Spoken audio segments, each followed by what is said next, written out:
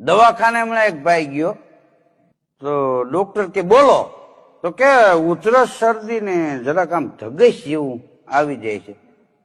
એ ડોક્ટરે બધું ચેક કર્યું કે આ 3 ટાણાની દવા છે ને એ લઈ લેજો. ત્યાં તો એપલ નો ફોન કાઢીને ડોક્ટરના ટેબલ માંથી મૂક્યો છે. સાહેબ જોઈ ગયા, પાર્ટી તો મોટી છે, લાખ રૂપિયાના એપલ ફોન વાપરે, મોબાઈલ, એને કઈ 3 ટાણામાં પતાવાય? તો કે આ 3 ટાણાનું તો એટલે જ કહું છું કે આજનો જે તમે લઈ લ્યો ને, કાલ નૈણા કોઠે આવો હવાર.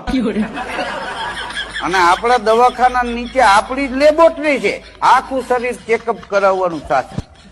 5000 રૂપિયા થશે, પણ જે કઈ તકલીફ હોય ખબર પડી.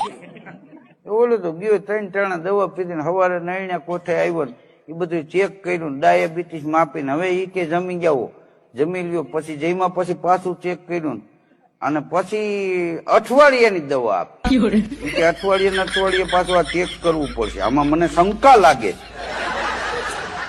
એપલ નો ફોન કાઢ્યો ને ઈ જ વાંચો, બીજો કઈ નહીં. દર અઠવાડિયે જાય ને વળી ચેક કરે ને વળી અઠવાડિયાની દવા. આવું આવેલું 10 મહિના, મોબાઈલ વેચાઈ ગયો. તો છેલ્લે પાછો બતાવવા ગયો ને તો નોકિયાનું બટકું કાઢીને મૂક્યું ને. તો સાહેબ કે બસ હવે રેડી, આ છેલ્લી 3 ટાણા.